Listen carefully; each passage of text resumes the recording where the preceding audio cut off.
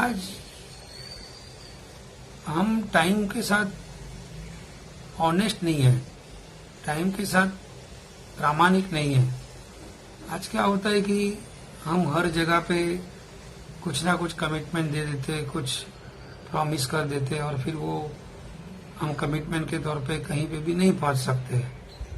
और नहीं पहुंचने का सबसे बड़ा जो कमजोरी हमारे जीवन में, उसको हमें अपने जीवन में टाइम को कोई भी हाल में पकड़े रखना, बनाए रखना, और उसको हर हाल में जब हम लोग उस समय जो हमने कमिटमेंट किया है किसी को, तो उसके ऊपर आने के लिए सबसे बड़ी कोई ट्रेनिंग किसी से लेनी जैसी है तो महात्मा गांधी के पास 40 करोड़ देशवासियों को लेके चलना, आजादी दिलाना, और पूरे हिंदुस्तान से, भारतवर्ष से लोग आते थे, उनको मिलते थे, उनके पास कहीं काम, कहीं सजेशन, कहीं पूछना, कुछ परमिशन, नवजीवन में न्यूज़पेपर में लिखना, ऐसी कई प्रकार की प्रवृत्तियां उनके सुबह उठने से लेकर रात को सोने तक कंटिन्यूस बनाई रहती थी। उस दौरान भी अंग्रेज वॉइसरॉय भी उनको मिलने आता था, तो भी उनको बोलता था कि भाई तुम टाइम पे आएंगे तो ही मैं बात करूंगा। दोपहर को 12 बजे का टाइम दिया और वॉइसरॉय 12:05 पे आया, बोले सॉरी नहीं, आज नहीं मिलूंगा, अभी कल मिलूंगा। कोई 1000-1500 किलोमीटर चल के आए, गांव खेड़े का कोई किसान कहीं से भी आता है तो भी उसको चल के आता है, फिर जाके बोलते बापू कहाँ है, बोला बापू यहाँ पे, आधा घंटा लेट हो गया हूँ, क्षमा चाहता हूँ। बापू बोलते नहीं, आज नहीं मिलूंगा, कल यही टाइम को तुझे वापस मिलूंगा, दिल से बात करूंगा और पूरी जी जान से तुझे सुनूंगा और जो भी कुछ बात है उसके अंदर चर्चा करूंगा। तो अपने जीवन के दौरान वो कभी लेट नहीं हुए। जिस दिन उनका जो मृत्यु हुआ उस दिन वो प्रार्थना में से अपनी प्रार्थना में पहुंचने के टाइम बोलते कि भाई वो पहली बार वो अपने जीवन में लेट हुए। तो कोई भी बड़े में बड़ा व्यक्ति हो या अपने जीवन की कोई भी मीटिंग हो, इंडिया में हो, गौड़मेजी परिषद हो, इंग्लैंड में जाके जो भी मीटिंग है उन्होंने की है, उनका एक ही था कि मैंने टाइम दिया है, उस टाइम के बिफोर टाइम में पहुंचूंगा। हिंदुस्तान के बहुत बड़े उनके कोई सीनियर थे, उन्होंने मीटिंग के अंदर 2 मिनट लेट आए थे तो भी उन्होंने उनको कह दिया था कि आप इतने बड़े नेता, मेरे भी सीनियर हो और आप लेट आते हो, अभी आजादी हमको 2 मिनट लेट मिलेगी। 40 करोड़ लोग 2 मिनट की आजादी लेट पाएंगे क्योंकि आप लेट आए हो।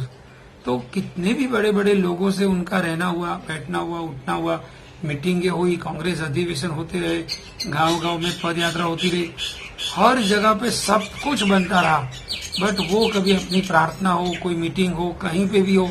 महादेव भाई देसाई ने उनके जीवन के बारे में बहुत ग्रंथ और बहुत वॉल्यूम लिखे हुए हैं। जाके पढ़ेंगे और उसको देखेंगे तो लगेगा कि समय उनकी इच्छा के तो मुताबिक चलता होगा, बट कभी लेट नहीं, कभी कोई मीटिंग में लेट नहीं, कोई कमिटमेंट में लेट नहीं, कहीं पहुंचने में लेट नहीं। एक गांव से दूसरे गांव पद यात्रा में चलना हो, दांडी यात्रा हो, कहीं उपवास का हो, कहीं बड़े बड़े इंडिया के बाहर के कोई नेताओं के साथ मीटिंग होती, कभी लेट नहीं। मैं तो यही चाहूंगा कि जीवन में हमें इन करना आना आता होना चाहिए और हमें उसमें से आउट होकर बाहर निकलना आना आता होगा चाहिए। जैसे अभिमन्यु को चक्रव्यूह में जाना आता है पर उसमें से बाहर आना उसको नहीं आया, तो वैसे ही हम अपने जीवन में ये समय, टाइम कमिटमेंट एक ऐसी चीज है ना, उसके अंदर हमको जाना आता है पर हम घुस जाते हैं कहीं अपनी अच्छाइयाँ दिखाने के लिए, मैं बुरा न लगूं उसके लिए, मैं उसके सामने कैसा लगूंगा, मैं उसको प्यार मोहब्बत से कह नहीं सकता हूँ। मैं अपनी बात को यहाँ खत्म कर रहा हूँ, मैं थोड़ी देर के बाद या शाम को या मेरी फुर्सत से मैं आपसे बात करूंगा या मिलूंगा। बट हम अपने समय के साथ प्रामाणिक नहीं, हम अपने समय के साथ कमिटेड नहीं। हमें दिए हुए समय के ऊपर पहुंचना, मीटिंग में पहुंचना, कहीं पे भी पहुंचना, ये हमारे में एक बहुत बड़ी आर्ट है और वो महात्मा गांधी के जीवन में से सीखने जैसी है कि अपने जीवन के दौरान कभी लेट नहीं। सोचो उस टाइम इतनी सुविधाएं, सगवड़, इतनी टेक्नोलॉजी, इतना बहुत बड़ा नया टेक्नोलॉजी का, साइंस का युग नहीं था उनके पास, इतनी टेक्नोलॉजी उनके पास नहीं थी, फिर भी उन्होंने अपने समय को कभी भी लेट नहीं होने दिया। अपने काम को, अपनी मीटिंगों को, अपने दिए हुए समय को कभी उन्होंने लेट नहीं पहुंचे। तो ये एक आर्ट है, एक कला है। जिस दिन ये कला आ गई ना, तो समय को मुट्ठी में बांधने जैसी बात है। बाद में धीरे धीरे धीरे कभी कभी ऐसी चीजें होती है कि समय आपकी इच्छा के मुताबिक आपको जो चाहिए वो रिजल्ट आप उसमें से प्रोड्यूस कर सकते हो, ऐसा मेरा अपना मानना है दोस्तों। तो समय के साथ चलना सीखो, समय पे पहुंचना सीखो, समय से पहले पहुंचना सीखो, समय से पहले सोचना सीखो, समय के पहले चलना सीखो।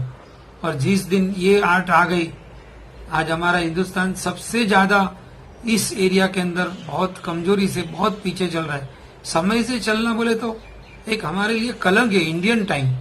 वो क्या होता है, मैंने टाइम दिया, उस टाइम के पहले मुझे पहुंचना है। और हमारी इंप्रेशन इतनी लोगों के सामने, वर्ल्ड के सामने खराब हो चुकी है।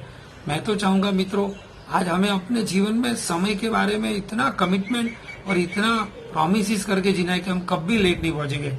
और आज से वो प्रॉमिस लेके हम चलेंगे।